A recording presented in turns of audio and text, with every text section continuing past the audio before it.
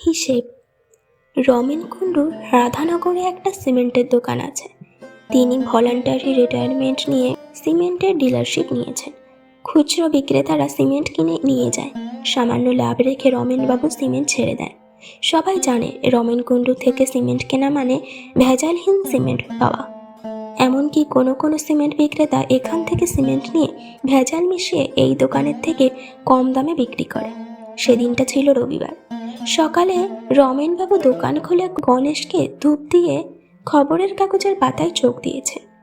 Robin bug এসে ঢুকলেন, বললেন, কুণ্ডুদা কি করেন? কুণ্ডুবাবু, এই তো খবরের কাগজটা দেখছিলাম। মানুষ বাঁচবে কি করে বলুন তো? দিন দিন জিনিসপত্রের যে দাম বাড়ছে, সংসার চালানো কঠিন হয়ে পড়ছে। রবিন, যারা চালাবার তারা ঠিকই চালাচ্ছে, মানুষের হাতে এখন টাকাও অনেক। আরে আপনার চিন্তা কি মশাই, সিমেন্টের কারবারি টাকায় টাকা। নিন এক কাপ চা খাওয়ান দেখি। কুণ্ডুবাবু তার দোকানের কর্মচারীকে টাকা দিয়ে বললেন, যা দুলাল, চা নিয়ে আয়। চা এলে আধ ঘন্টাটাক সময় কাটিয়ে রবিন বাগ চলে যেতে দুলাল বলে, বাবু, ওই বাবুরে আপনি চা খাওয়াইবেন না, বেশি কথা বলবেন না। কুণ্ডুবাবু, কেন রে? দুলাল, সেদিন বাজারে দেখি সবজিওয়ালার সঙ্গে কি ঝগড়া, কথা কাটাকাটি। 1 কিলো বেগুন লইয়া বলে, তুই আবার মাপ ওজন কম দিছস। সবজিওয়ালা বলে, আমার জন্য খরিদ্দার আছে, বারবার মাপতে পারুন না, নিতে হইলে নেন, নইলে আপনি অন্য দোকানে যান। ওই বাবু কয়, তুই বেগুন পাল্লায় তুলছস, তোর থিকাই নিমু, নিয়ে নে, আবার ওজন কর। চারপাশে লোক জড়ো হইয়া গেছে। কন দেখি, গরিব মানুষ সবজি বেচা কয় পয়সা আর লাভ করব? না বাবু, আমি এমন মানুষ দেখি নাই। কুণ্ডুবাবু, সব মানুষ কি আর একরকম হয় রে? দুলাল, আপনি যাই বলেন না বাবু, আমি দেখছি বাজারে কোনো সবজিওয়ালা ওনারা সবজি বেচতে চায় না, মাছওয়ালা মাছ বেচতে চায় না।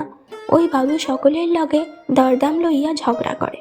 সেদিন তো দেখলাম এক সবজিওয়ালারে কইতাছে, তোর পয়সা কাল দিমু। বাবু নিজে কামায়, বউ কামায়, অথচ দেখেন বাজারের মধ্যে দোকান, সেজন্য রমেন কুণ্ডুর চেনা লোকজন একবার হাই হ্যালো করে যান, কখন বা চা খেয়ে একটু গল্পগুজব করে বাজার সারে। সেদিন কার্তিক কংসবণিক এসেছে, এদিকে রবিনবাবুও এসেছেন। খানিকক্ষণ কথা বলে রবিনবাবু চলে যেতেই কার্তিক বলেন, ও দাদা, রোজ আপনার দোকানে আসে নাকি কুণ্ডুবাবু? কুণ্ডুবাবু, মাঝে মাঝে আসেন। কার্তিক, গতবার সরস্বতী পূজার আগে আমার দোকান থেকে কিছু বাসন নিয়েছিল, 500 টাকা হয়েছিল। আমারে কয়, দাদা, আজ আপনি 300 টাকা রাখেন, বাকিটা পরে দিয়া যামুখন। আজ তো দিছে, কালও দিছে, অনেকবার বলছি, দেখলেন না আমারে দেখা তাড়াতাড়ি চইলা গেল।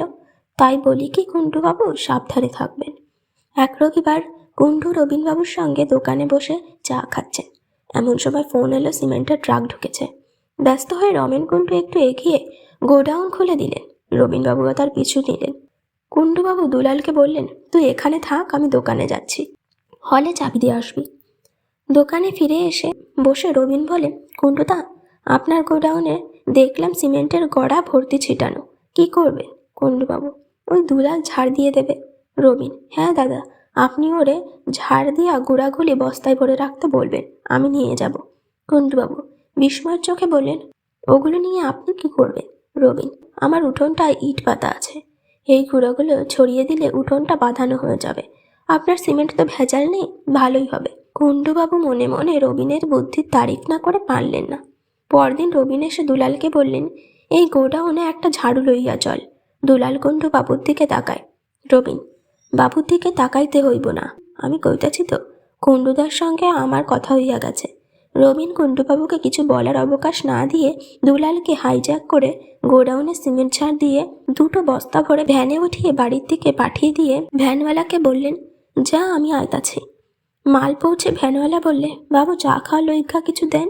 রবিন, কুণ্ডুবাবু দিব।